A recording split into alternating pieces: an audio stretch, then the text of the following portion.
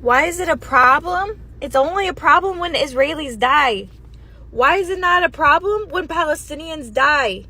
Tell me why. The media only mentions the deaths of the Israelis. They don't want to mention the deaths of the Palestinians. Why? Why? I'm so disgusted. It's only a problem what Hamas is doing, but it's not a problem what the IDF is doing and the Israeli settlers. They're colonizing. They're colonizing land. They're taking over land. They're killing kids. And then it's so funny when the media is like, oh, here they're killing women and children, etc., etc. Israel's been doing that for decades, bro. Why is it only a problem when Hamas tries to come back? Bruh, make that make sense, because it sure in the doesn't. Our media As President Biden is calling for more American aid for Ukraine and also Israel, I want to take a look at just what the U.S. has provided so far. I got CNN's Tom Foreman. He's at the magic wall to break it all down for us tonight. So, Tom, what can you tell us? Well, since Russia invaded Ukraine in early 2022, the U.S. has sent tanks and missiles and artillery and helicopters, drones, missile defense systems, troop transports, radar, loads of infantry weapons and equipment, and so on. In all, more than $75 billion worth of aid has gone to Ukraine from the U.S. And military spending, this part right here, accounts for well over half of that total. That is much, much more than the U.S. sends to any other country. And it absolutely dwarfs American contributions to Israel, which in 2021 was in the typical range of $3 to $4 billion, Laura. Wow, just seeing the numbers laid out, it's really stunning to think about. And that's quite a difference. We have recent CNN polling, I think, on what Americans actually think about what you've just described.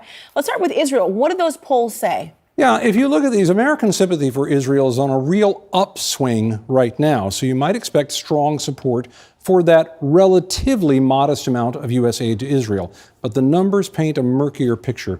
35% of Americans say the current level of aid is about right. 15% say it's too much. 14% say it's too little. And 36%, the largest single group here, say they're unsure. And an interesting side note in this, the numbers show that Republicans and those who watch the news closely are more favorable to this current level of aid, Laura. So what about Ukraine funding? Is there polling about that? Yeah, we have one from back in August, and in that case, it shows a dramatic drop since the early days of the war when a large majority of Americans favored help to Ukraine, whether it's because of the length of the conflict or the raw amount of money that's sent that way. 55% of Americans, this number right down here, they are currently saying there should be no additional funding for Ukraine, and 45% say the money should keep flowing. And here, Republicans are saying that's enough spending for Ukraine. They strongly oppose more spending, and Democrats solidly favor more money for the fight against the Russians. So all of these numbers, put all this together, put together the turmoil up on Capitol Hill.